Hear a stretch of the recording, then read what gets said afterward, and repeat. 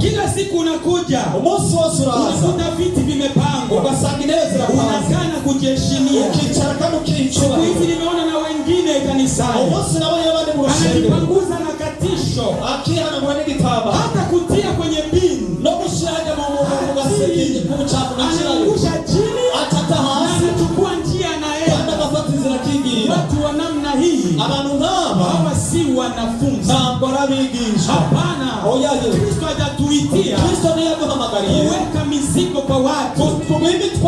Kristo ametuitia kuwa watumishi wa wengine.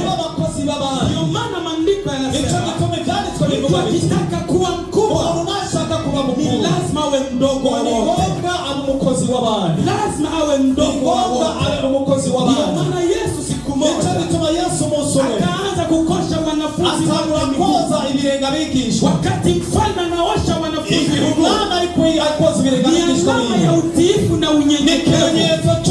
Wanafunzi wakamwambia, wewe haustahili hata kuosha miguu yetu. Yesu akasema hivi, inabidi nifanye hivi kwa ajili yenu. Akawaambia, wakitaka kuwa mkubwa lazima wewe. Mchapie Yesu makofi kama umeyosomea. Mchapie Yesu makofi kwa furaha zaidi. Ondoa cheo kanisani. Kanisani hakuna cheo. Hakuna cheo kanisani. Kanisani sote ni watumishi. Tunatumikia wengine. Unataka kubarikiwa, jifunze kutumikia wengine. Unataka kuinuliwa, jifunze kutumikia wengine. Hizi hali ambazo mmekuwa nazo si hali za Kikristo, ni hali za kipagani. Wapagani wanajazwa na kiburi na dharau.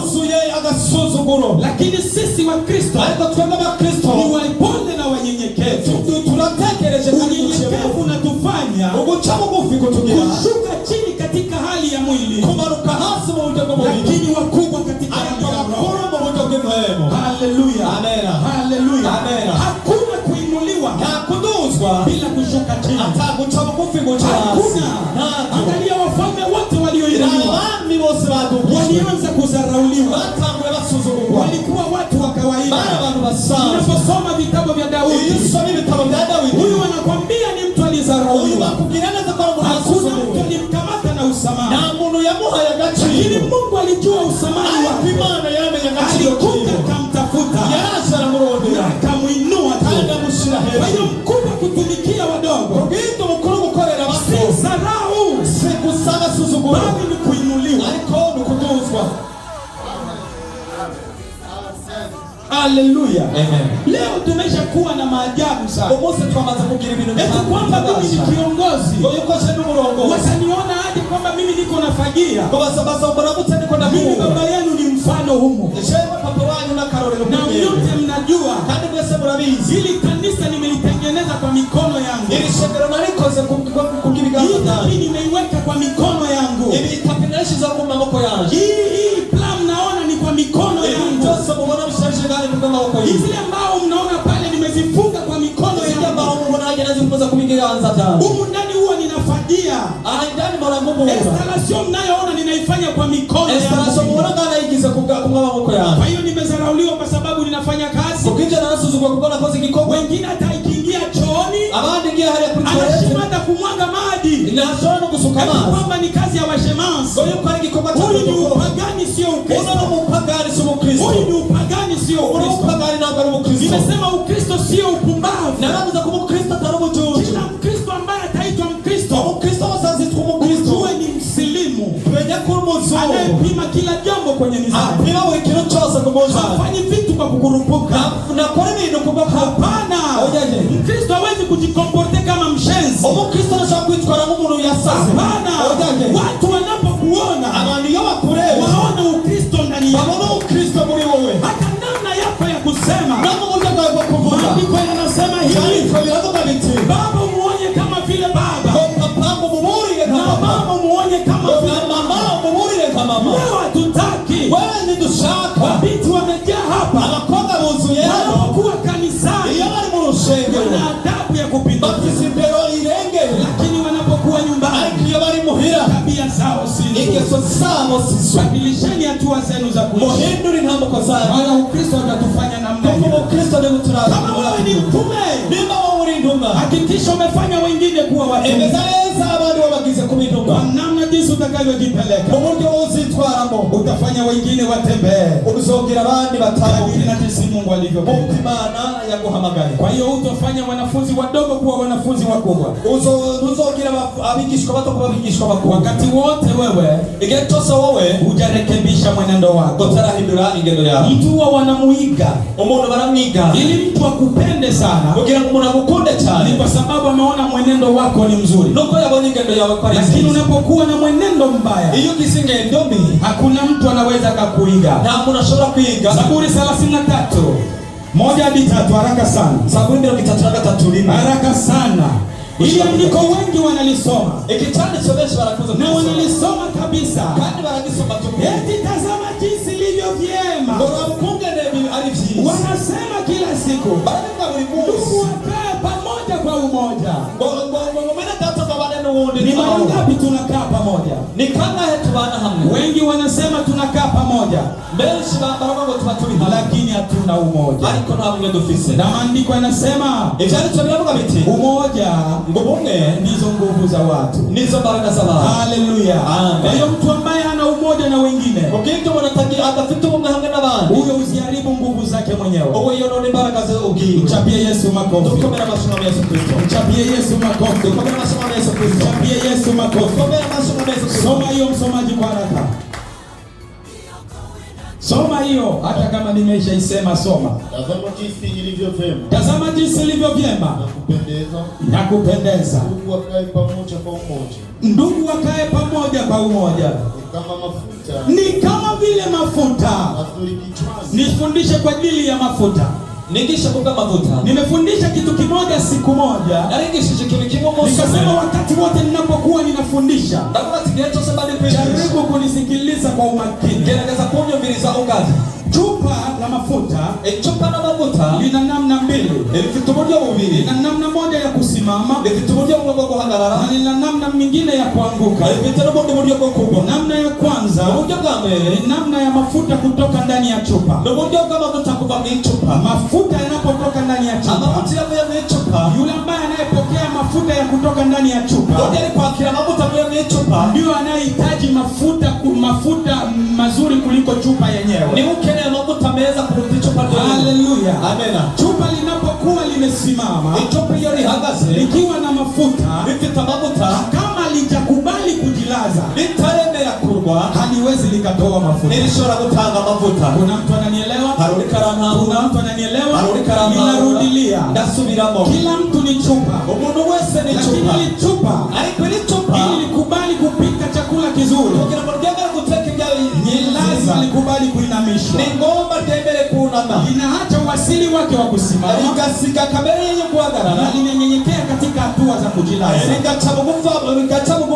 Asili ya chupa huwa halilali, kwa sababu halijaundwa kwa kulala, limeundwa kusimama. Acha niseme juu ya jambo. Mafuta huanza juu, kushuka chini. Lakini utakapoona mafuta yanaanza chini kupanda juu, jambo ambalo halitawahi kuwa kwenye dunia hii. Mwanadamu kama mwanadamu ulioitwa na Mungu, jilinganishe na mafuta. Jilinganishe na mafuta. Kila siku Mungu anapoweka mtu mbele yako, anayekukuhia kiroho, hakikisha kwamba umejilaza ili uweze kusimama siku moja. Uweze ukasimama wakati umejilinganisha na chupa yenye kusimama. Haiwezekani. Kila siku yule mwenye kulala upokea vingi kutoka kwenye chupa, kwa sababu chupa atakapomwagika tu lazima ametiliwa. Kwa hiyo watu wengi wamekuwa na namna hiyo, wamekataa kukomaa kiroho, si kwamba hakuna mafuta yako kwenye chupa. Hapana, mafuta yapo, lakini hawa watu wamekataa kujilaza. Wamekataa kujilaza. Wafaransa ndio wanasema humilité précède la gloire. Unyenyekevu unamfanya mtu kuinuliwa. Haleluya. Kwa hiyo mtu yoyote asiyenyenyekea hawezi akainuliwa. Ni wanani wanaoinua mtu? Ni wale wanaomuona mtu kwa sifa zake, na wanasema kwamba huyu ni mtu mwema, wanasema kwa tabia zake ni mtu mzuri. Kwa hiyo mahali hapa anastahili kuwepo. Watu watakuinua hata kama haupo. Mchapie Yesu makofi. Haleluya. Amen. Kuna mtu ananielewa? Hebu mchapie Yesu makofi. Leo sitaki kumkawiza kwa sababu tuna mkutano sana. Na hapa tunahitaji twende kuserebuka. Waefeso 4:3. Haraka sana msomaji wa Efeso 4:3. Kimbia haraka sana. Na wewe unaandika. Nimesema umoja na mitume. Wewe kama uko mtume, inabidi ujifunze kuwa umoja na wengine. Soma hiyo kwa haraka. Soma hiyo. Waefeso sura ya 4 mstari wake wa 3 tunasoma katika jina la Yesu Kristo. Ndio. Na kujitahidi kuhifadhi umoja wa roho. Sikiliza, Waefeso anasema hivi, inabidi mjitahidi kuhifadhi umoja wenu wa roho. Amri. Hapana. Ni proposition. Eti tujitahidi. Kila mtu ajitahidi. Kama wewe unaona wewe unakuanga mgumu kwa kuelewa wengine, Yesu anakuamrisha kwamba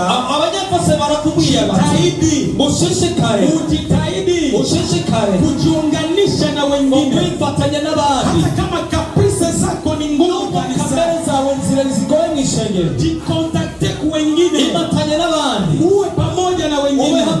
Jitahidi kujionesha kwamba na wewe unaishi na wengine kwa amani. Unajiita Mkristo, ni sawa, lakini jitahidi kuwa na amani na watu wengine. Jitahidi kujionesha kwa wengine wewe ni mtu mwema, hata kama uko complicated, hata kama watu wanasema una tabia mbaya. Achana nayo mambo. Jaribu kuonesha wale watu kwamba wanajidanganya. Unaweza ukajitahidi kuwa mtu mwema. Mchapie Yesu makofi. Mchapie Yesu makofi. Mchapie Yesu makofi. Kuna watu ni wagumu kabisa, hata umwambie namna gani amekuwa mgumu, hataki kueleweka, hataki kukosolewa, hataki kuambiliwa. Mtu anayetafuta matatizo na lakini nataka nikwambie, Mungu anasema tafuteni amani na watu wote. Amani na watu. Usiwe jiwe la kwanza. Mtu ambaye ni Mkristo inabidi aipuke kuwa jiwe la kwanza. Maliza hiyo kwa haraka. Katika kifungo cha imani. Wakati wote tunapokuwa tuna imani moja, tujitahidi tuweke kwenye kifungo kimoja kinachotusimamisha katika imani ya Kristo. Wewe ni Mkristo, mimi ni Mkristo. Malumbano ya nini? Kwa nini tulumbane? Wakati sote ni watu wa Kristo. Acha tumtangaze Kristo, na tumjulishe kwa watu wajue kwamba sisi ni watu wa Kristo. Hatutandii maandiko, hapana, lakini tunayuhubiri kweli. Haleluya. Jitahidi kabisa kubadilisha menendo. Kuna wakati mwingine Mkristo unapojifanya mpumbavu, wakati mwingine unakuwa una akili nyingi sana. Haleluya. Amen. Udhaifu wa mtu fulani kumfanya kujua nguvu zake. Mtu ambaye hajui udhaifu wake hawezi akajua nguvu zake. Amen. Mchapie Yesu makofi. Mchapie Yesu makofi. Wakati mwingine kubali kwamba mimi siwezi jambo fulani, ili ujifunze kulishinda lile jambo, itakusaidia mbele. Lakini unapoambiwa unakuwa mkali kama wembe, wewe huwezi ukawa Mkristo. Mkristo ni mtu ambaye anayerekebisha mwenendo wake, na kutembea vizuri. Mchapie Yesu makofi kwa haraka. Haraka mchapie Yesu makofi kwa haraka. Wakorintho wa kwanza 12:13. Haraka sana twende tumalize. Nasema leo nitatoa maandiko mengi. Unataka kuwa mtume? Unataka kuwa nabii? Unataka kuwa mtumishi? Unataka kuwa mwimbaji mzuri? Basi hivi ndivyo vigezo, ndivyo vinavyokuhitaji uwe navyo. Kama una hivi vitu, huwezi kuwa Mkristo. Wengine anakuja amechelewa kanisani, kisha anasema waniseme tu, watanisikia. Sasa wewe ni Mkristo ni mpagani? Haleluya. Wewe unachelewa makusudi, kisha unasema wakuseme tu.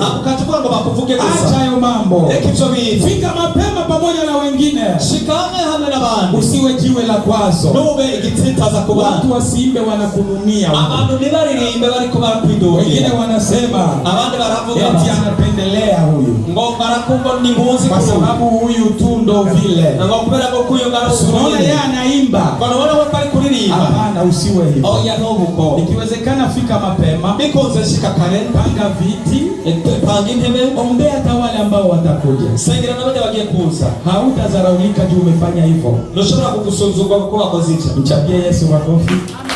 Hata leo tutapendana, najua, lakini tuko pamoja. Haleluya. Amen. Neno la Mungu ni kweli na amina. Chapia Yesu makofi. Amen. Haraka sana msomaji. Tunasoma katika jina la Yesu Kristo. Ndio.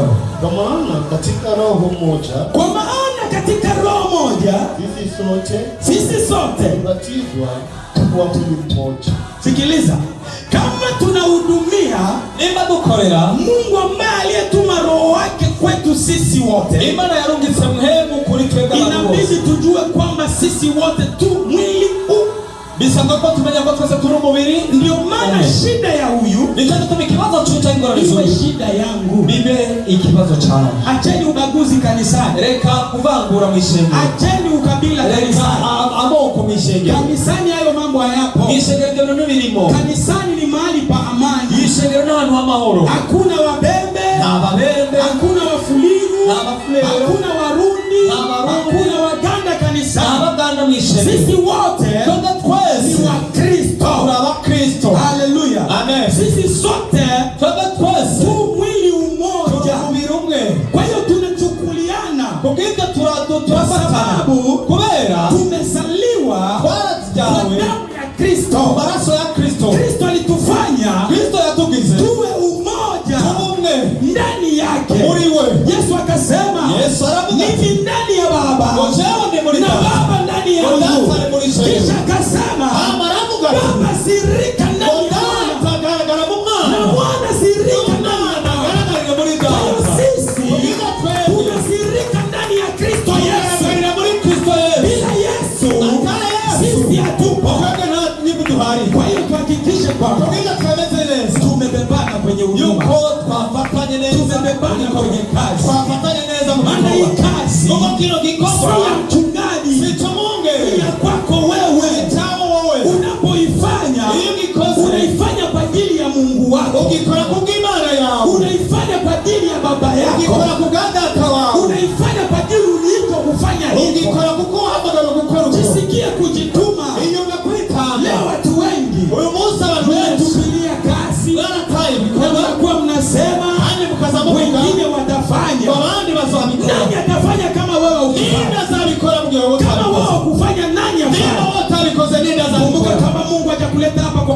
sibo iba ibuka ko Imana itakuzanye hano kugigihama. Kuna wengi bado hawajajua mlango huu. Haibeshi wataramenye no muryango. Lakini kama wewe umemjua mlango huu, kuna kusudi la Mungu. Mchapie Yesu makofi. Chapa makofi kwa ajili ya Kristo. Mwambie mwenzako usikasirike, ni neno la Mungu. Mwambie neno la Mungu ni kama vile upanga ukatao kuwili. Waliposikia neno la Mungu walichomwa mioyo na wakaambia wanafunzi, tufanye nini sasa? Walifanya nini sasa? Kama neno limechoma moyo wako, basi wende kubadilika leo. Na Mungu atakutendea mema. Karibu maliza, twende msomaji. Tunaendelea. Ndio. Kwamba tu Wayahudi au kwamba tu Wayunani ikiwa tumetumwa, ikiwa tuko huru leo. Sote tunasema kwamba tumekombolewa. Kwa hiyo kombolewa, pandisha mkono juu. Sote tunasema kwamba tumekombolewa. Endelea msomaji. Nasi sote tukinyesha roho moja, kwa maana hili si kiungo kimoja. Teremuka. Bali ni vingi. Mtu yoyote ukimuona kanisani ana hali ya ujimimi, eti kwamba mimi tu. Huyu ni mtu mbaya kwenye jamii. Huyu hataki kazi ya Mungu. Haleluya. Sote tumenyweshwa roho moja. Kwa hiyo tuko sasa kufanya sawasawa na yule roho. Kazi si ya mchungaji. Je, ukija hapa wewe unashinda unafagia hii kanisa, unapopata thawabu ni za mchungaji, si za kwako. Kwa hiyo kwa nini hujataka kuja kutumika? Nani alikwambia kwamba kanisani anatumika watumishi tu? Na kama wewe si mtumishi, wewe ni nani? Muulize mwenzako, wewe ni nani? Muulize wewe ni nani? Muulize wewe ni nani? Mbona hujawahi kutuambia? Ufanyiaji, uimbaji, ukwaji, unafanya kitu kanisani, wewe ni kuingia na kutoka tu. Muulize wewe ni nani? Kama wewe ni mwanafunzi, unafundishwa na nani? Na kama wewe ni mwalimu, unafundisha wanani? Chapia Yesu makofi. Chapia Yesu makofi. Chapia Yesu makofi. Hiyo watasoma kwa wakati wao. Nimeruka hiyo mwalimu. Kwa wakati wao wataisoma hiyo. Waefeso 4:13 haraka sana. Kanisani tumeitiwa kufanya walimu. Kufanya wengine kuwa walimu kwa wengine. Kama Mungu ametuita kuwa na vipawa, Mungu alikufanya gitariste wewe, nisikilize huko. Uanze kupiga gitari. Si kwamba kile gitari kibaki peke yako. Inabidi upange ratiba ya kufundisha watu gita. Kwa sababu wewe ni mtu wa majukumu na familia. Siku utakuwa haupo, kile gitari kisisegami pale, kifanye kazi. Sasa ikiwa wewe mwenyewe mpaka hivi kisi haiko watakoma,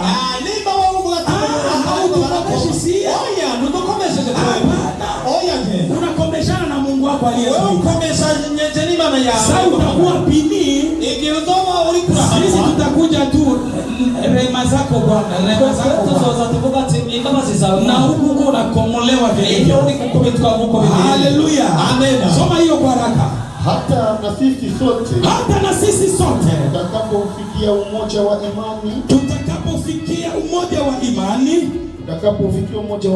ndio teremka haraka, kufahamu sana umoja wa imani, ndio na kumfahamu sana mwana wa Mungu, ndio hata kuwa mtu mkamilifu, ndio hata ufika kwenye cheo cha kimo cha utimilifu wa Kristo. Amen. Amen. Hebu mchapie Yesu makofi. Tukomea masomo ya Yesu Kristo.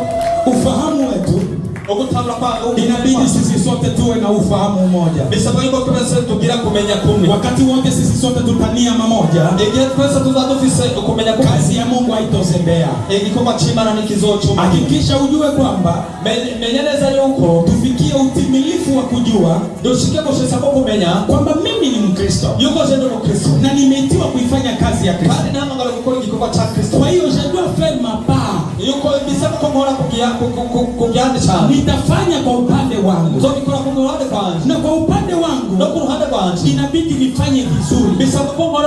Si nifanye kwa upande wetu. Hapana. Nifanye kwa upande wangu. Mimi kama mimi nimeitiwa kufanya nini kwa Kristo. Haleluya.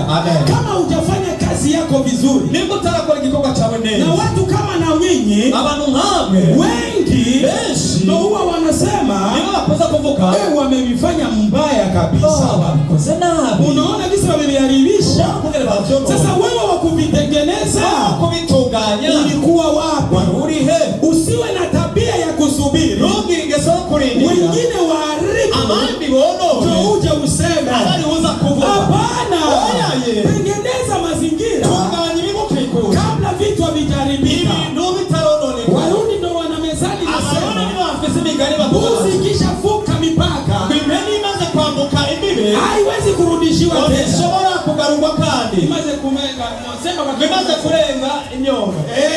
Haiwezi kurudishiwa. Haleluya. Kwa hiyo kuna mbuzi ambazo merudisha ijafuka mpaka. Ikifuka mpaka mtalaumiana bure na mtapata solution. Wengine wamekuwa kanisani ni kutegana mitego. Mumwachie kwanza sasa. Kisha tumuone. Tutamuona kwenye tafsiri. Huyu sio Ukristo. Mwambie mwenzako huyu sio Ukristo. Huyu ni upagani. Haleluya. Kama wewe ni Mkristo, okoka leo. Sema mimi kama sikwenda hawataimba vizuri. Kwa hiyo inabidi niwe hata na hiki sauti changu cha korbo kitajaza pale nikuwe pale na mimi niwatie wenzangu moyo. Hivyo kazi ya Mungu inavyokwenda. Kama mimi sikufagia, ndugu yangu aliyeshafagia semene mbili amechoka na mimi nakamata na mimi nimsaidia. Piga sana kwa mwanangu. Nimeona jana na yeye akifagia mundani. Nikamwambia unakufa nini? Unafagia na wewe. Lakini ameniangusha. Wakati mwalimu amemwambia niachie hiyo kazi iwe kwako, yeye akasema sitaweza. Nani ataweza? Kama wewe ukuweza. Haleluya. Ikiwa mashine sote tuseme kwamba hatutaweza. Maandiko yanasema mimi kwanza sipendi watu wanaokuja humu ndani alafu wanasema siwezi. Andiko letu linalobeba madhabahu haya ni Wafilipi pale 4:13.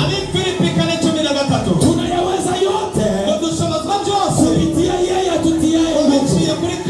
Unaposhuka kwenye mstari wa kwanza utaona Paulo yuko anasema kwamba nimejifunza kuwa na njaa, nimejifunza kupitia tabu, nimejifunza kupitia matatizo, nimepigwa na kupigwa na kuonewa. Lakini hapa kwenye 13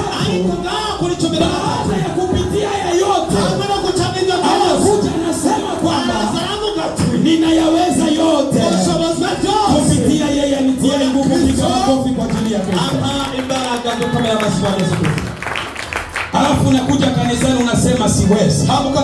Ukatuzamisha ngero kwangu sishabari. Wewe ukiwa mtu wa kukiri madhaifu ndani yako. Wewe ni wa mundo kwatura madhaifu yatafuatana na wewe. Intege ngezi zako kulikira. Acha niwaambie habari moja.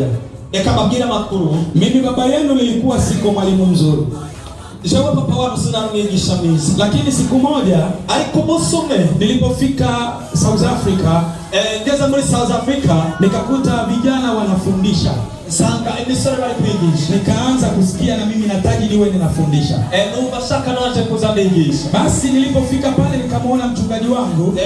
Nashika haja ndabona muungere wangu. Alikuwa anaitwa Luido. Yitwa Luido. Huyo ndio mchungaji wangu, ndio babangu wa kiroho. Uone wa papa wewe mhem. Huyo mchungaji onomwongere alikuwa ni Mkinwa, ni mtu wa Kinshasa. Ya muno Kinshasa abakinwa. Aliponiangalia akanipanga jina linaloitwa Hosea.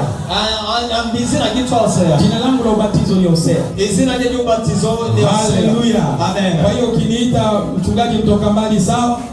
Mama kangunge mtoka mbali ni jiza. Ukiniita mchungaji Hosea sawa. Hayo mama kangunge Hosea ni jiza. Mimi nimebatizwa kwenye Hosea, kwenye maji ya chumvi. Kumazi y'umunyu niko niho yabatirishwa. Mimi natanganyika mbali na mbali. Wewe natanganyika ni kure na. Mimi ndangwa mbali na mbali. Wewe nangwa ni kure na kure. Ndio maana mambo yangu yanaenda shule. Nicho kitu mimi ndio bija kuishule. Hosea. Njia ile ya South Africa. Njia ile ya South Africa. Pale ndio nilipodumbukizwa. Haja niho yimiswe. Haleluya. Amen. Wakati mchungaji alipokuwa, Biblia unaona napenda kusoma. Unaona ndio Biblia kwanza kusoma. Ndio Biblia yangu ya kwanza. Ndio Biblia iwe ya mbele. Ndio Biblia yangu ya kwanza. Ndio Biblia yaje hapo. Ina miaka 10 na vitu. Hivi si miaka 10 toka ninayo. Kwa hivi. Na niliambia huyu kijana Narabwira umusore ninaikupea hii Biblia. Ngoda kwa ino Biblia kwa sababu na mimi wameinipa. Kuko naje bayimpana. Na ukiangalia anaisomaga naona.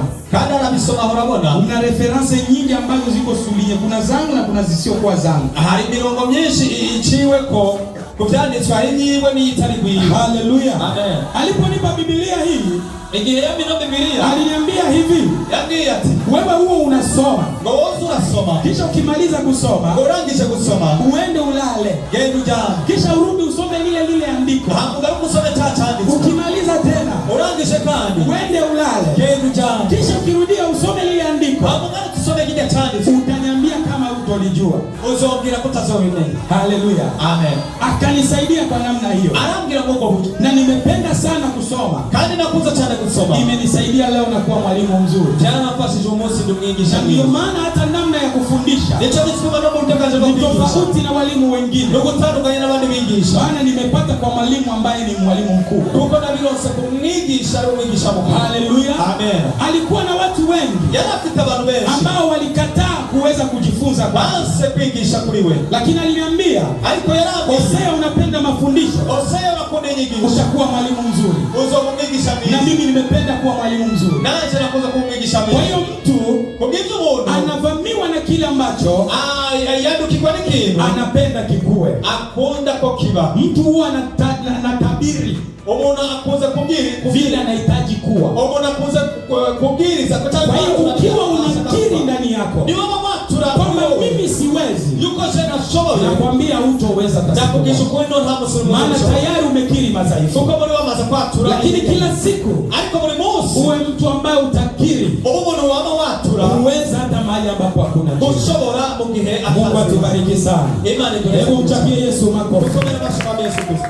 Mchapie Yesu makofi. Mchapie Yesu makofi. Mchapie Yesu makofi. Wafilipi 2:2. Tusikie neno la Paulo linasemaje? Kwa jambo la Paulo cholivuga 2:2 kwa Filipi. Tunasoma katika jina la Yesu Kristo. Amen. Amen. Ijazeni furaha yangu. Ijazeni furaha yangu. Ili muwe na nia moja. Ili muwe na nia moja. Wenye mapenzi mamoja. Wenye mapenzi mamoja. Wenye roho moja. Wenye roho moja. Mukinia mamoja. Amen. Kama wewe ni mtume, niba uri ntuma, uko na mission, ufite gikorwa juu ya kuleta watu kwa Kristo. Ufite gikorwa cha kuzana abantu kuri Kristo. Evite kutapanya watu wengine wanaokuja kwa Kristo. Irinde kubingi inzitizi z'abandi bantu baza kuri Kristo. Haleluya. Amen. Uwe mtu mwenye kukusanya, umuntu wo kwegeranya, usiwe mtu mwenye kusambaza. Umuntu wo kusanzaza. Haleluya. Amen. Haleluya. Amen. Wagalatia 6:10. Nimesema leo nitatoa maandiko mengi mpaka nimalize. Nabaki andiko 1 2 3 4 5. Takuwa nimemaliza. Tunasoma katika jina la Yesu Kristo. Ninaangalia kwenye saa yangu hapa, sijachelewa. Haraka sana. Kwa hiyo kadiri tupatavyo ndio nafasi na tuwatendee watu wote wema, ndio na hasa jamaa ya waaminio. Sikiliza. Kadiri tufanyaje? Wako leo. Hebu soma hii hapo kuisikia. Mnajua nyinyi umeshapata kaseki kako kabunga, unamaliza kote. Yaani hata kigozi kimoya warose agafuko ko haumpatia hata benediction. Ni kilo kimwe nishobora kuri benediction. Ndugu, maandiko yanasema ivyanditswe biravuga biti walinia mmoja, ngo bari bafite umutima umwe, waliuza vitu vyao, bagurishije ivyabo ili kusapoti mmoja wao, kubwo gushigikira ubumwe bwabo. Sisi tunasema ni kizazi cha mitume na manabii. Tunakuwa kwa urubyaro rw'intumwa, lakini namna jinsi tunavyojipeleka ariko uburyo twitwara ni tofauti, ni gutandukana. Hakuna mtu anaweza akajinyima juu ya mwingine. Na mnashaka kuyima kugumu. Mwenzako uko anapitia changamoto, anakosa hata mifra. Mugeza walikara cha mu bigori. Usiye ameshakwambia bana nimelala njala. Ashowe kubira ko yarayiza. Lakini unashindwa kumpatia hata 5,000. Alikura na ndio kumuha ibikuri. Akule kwake. Kugira maisha kufunga. Baadaye akienda na lomba. Amangie asekeleza. Wewe ndio wa kwanza. Wote wao kumtangaza bwana. Unaona kwa mamaza. Hizo inampiga bwana. Wakonye kana. Akana kwenda na lomba. Asigaje na sekeleza. Hapana. Oya. Maandiko yanasema ivyanditswe biravuga biti inabidi isabako kama ikiwa ni lazima imba kwa ngombwa tuweze kuhusisha hata vitu vyetu, dushobore kugurisha n'ivyacu. Amen. Amen. Na tunapokuwa na faida ya vitu vyetu, iyo tugize nyungu kama tuko na mapenzi yetu, change dufise, kama kuna wale ambao tunaweza tukaanza kuwatendea nimba hari wao dushobore gutanga mema ivyiza sana jamii cyane ya Kikristo, amazu ya Kristo, jamii ya Kikristo, abo mazu ya Kristo. Huwa ninaona kwenye grupu, unaweza kuona kwenye grupu watu wengi wanaandika abantu benshi bandika shalom wewe shalom, hao wanaandika familia, nyinyi familia, mwebwe ngo mujya, mnajua familia nini? mrazi mujya shalom familia, shalom familia. Hujatupa hata siku moja tano yako, nori ira kuduhara kumi yako, hujatuzia hata maji chumi ya muri kile maji, na hata siku moja ulipata 5,000 tutuzia hata maji ya 2,000 maji wachungaji na washemasi watakunywa, hauleti. nori ira kutubuga mazi akungere naba unaingia sasa mgrupu shalom familia, ashira muri grupu shalom familia. Soma hiyo. Hawakusikia. Kwa hiyo kadiri tupatavyo nafasi na tuwatendee watu wote mema, na hasa jamaa ya haswa sana jamii ya waaminio, wale ambao mnaoomba pamoja, cyane bo muzugu, wale ambao ni wa Kristo, baada musenga mara wa Kristo.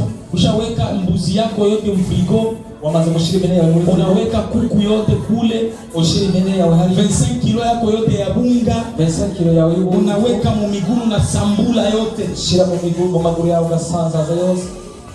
Yani hata ukisonga bugali hakuna siku mwa kuambia hata mwalimu Kristiano, mwalimu mkule bugali kunyumba, ntabwo sio murate kuvuga ngo mwalimu naka nguze gusange bugali. Hapa chini unaandika shalom familia. Kuna chani kama shalom familia. Mungu awasamehe sana. Imani baba. Haraka sana msomaji. Mwanze kupanga, mwache uchoyo. Petro wa kwanza 1:22. Haraka sana, saa zetu zinaisha. Petro wa kwanza 1:22. Petro wa kwanza 1:22. 1:22 tunasoma katika jina la Yesu Kristo. Amen. Amen. Nataka kwenda kumaliza. Haraka sana. Mkiisha kujitakasa roho zenu kwa kutii ukweli, kwa kutii kweli, ndio hata mkiufikiria upendano wa ndugu usio na unafiki. Rudilia. Unaona hiyo Biblia ni Biblia, nishakwambia ni Biblia kubwa. Huo unaisoma kwa makini sana. Rudilia, anza. Mkiisha kujitakasa roho zenu, ndio kwa kuitii kweli, hata ndio kufikiria upendano wa ndugu, hata kufikiria upendano wa ndugu na ndugu, usio na unafiki. Mjitahidi kupendana kwa moyo. Hapana. Yohana 13:34-35. Yohana. Tusikie Yesu anasema nini sasa, nakwenda kumaliza. Yohana 13:34-35. 34-35 nasema hivi. Ndio. Amri mpya nawapa, ndio upendane. Amen. Sheremuka. Kama vile nilivyowapenda ninyi, nanyi upendane hivyo. Hivyo watu wote watatambua kuwa nyinyi mmekuwa wanafunzi wangu. Hakuna watu watajua kwamba nyinyi ni wanafunzi au nyinyi ni wa Kristo wakati upendo ndani yetu ukipungua, Ukristo wetu unapotea. Mtu mmoja asema amen. Mtu mmoja asema amen. Mtu mmoja asema amen. 17:6 Yohana. 17:6 Yohana inasema hivi. Ndio. Jina lako ndio nimewadhihirishia. Yesu anasema sasa hawa ambaye ni nyinyi. Yesu anavuga aba alipo mwende. Jina lako limefanya nini? Nimewadhihirishia. Ndio. Watu wale ulionipa, yani sisi. Yani sisi. Yesu anaanza kukutangaza mbele. Yesu atakutoa mazingira hii. Nahitaji miongoni mwa wale watakaotangazwa. Ndashaka kwamba Mungu bajawazo kwamba maza usikose. Amen. Kwa sababu wewe umebeba jina la Kristo. Kwa jina la Kristo. Sisi tumepewa kwa Kristo.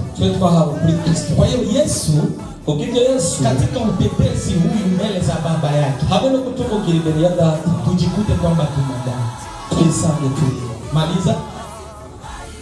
Katika ulimwengu ndio walikuwako, ndio ukanipa mimi.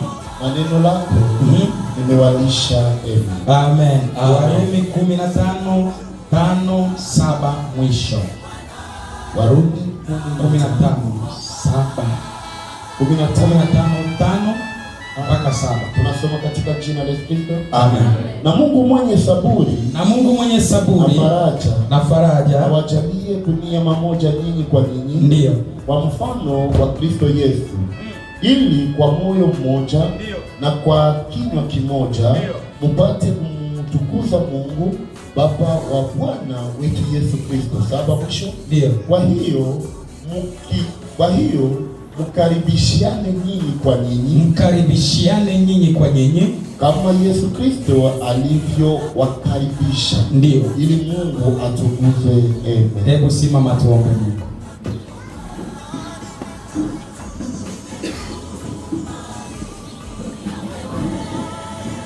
Nataka tuombe. Kabisa.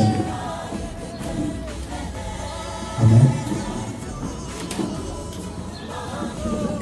Nahitaji tuombe maneno kama haya hapa. Tumwambie Bwana, uniumbie moyo safi nikutumikie katika kweli. Mwambie Bwana,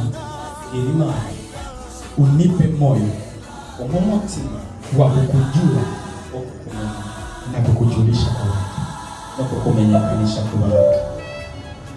Karibu katika leo.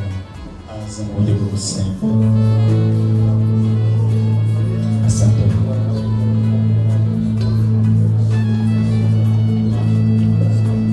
Neno lako ni kweli.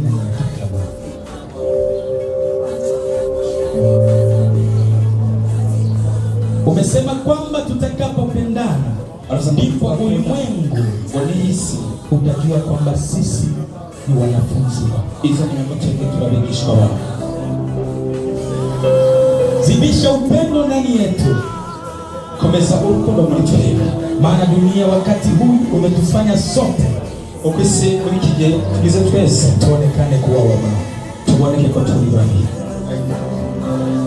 Baba utusaidie, data udufashe tujue kunia mamoja, tumenye kugira umutima umwe na kuchukuliana safari no gufatanya mu rugendo. Bwana uniumbie moyo safi, data undemere mu mutima mwiza, tumikie katika roho na kweli, ngukorere mu mpendo no mu kweli. Bwana unipe mwisho mzuri kuliko mwanzo, data umiherezo ryiza kuruta itangiriro. Nahitaji mwisho wangu ndashaka iherezo ryanje ukubaliwe na wewe, temewe nawe. Nisiwe miongoni ya wale ambao watakaosema, simbe muri bamwe bazovuga bati sikuwahi kuwajua, sinigeze mbamenye. Bali niwe miongoni ya wale ambao watakaoambiwa, ariko zembe muri bamwe bazobwirwa, vyema mtumishi mwema, ko ni vyiza mukozi mwiza. Utupe mwisho mzuri kuliko mwanzo, uduhe iherezo ryiza kuruta, maana dunia hii imetupoteza, kuko iyi si yaradutakaje. Saidia moyo wa watoto wako, hezagire imitima y'abana bawe, wasiwe wasikilizaji tu, ntibaba bumva gusa, bali wawe watendaji, ariko babe abakora.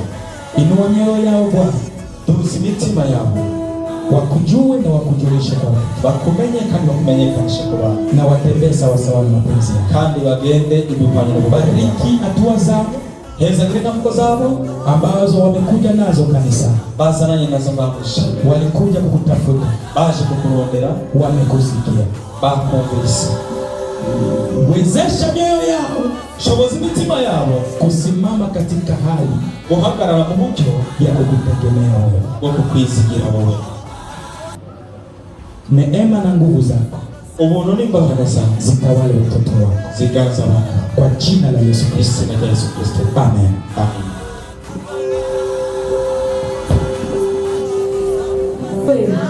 Tunamshukuru Mungu kwa neno la asubuhi ya leo.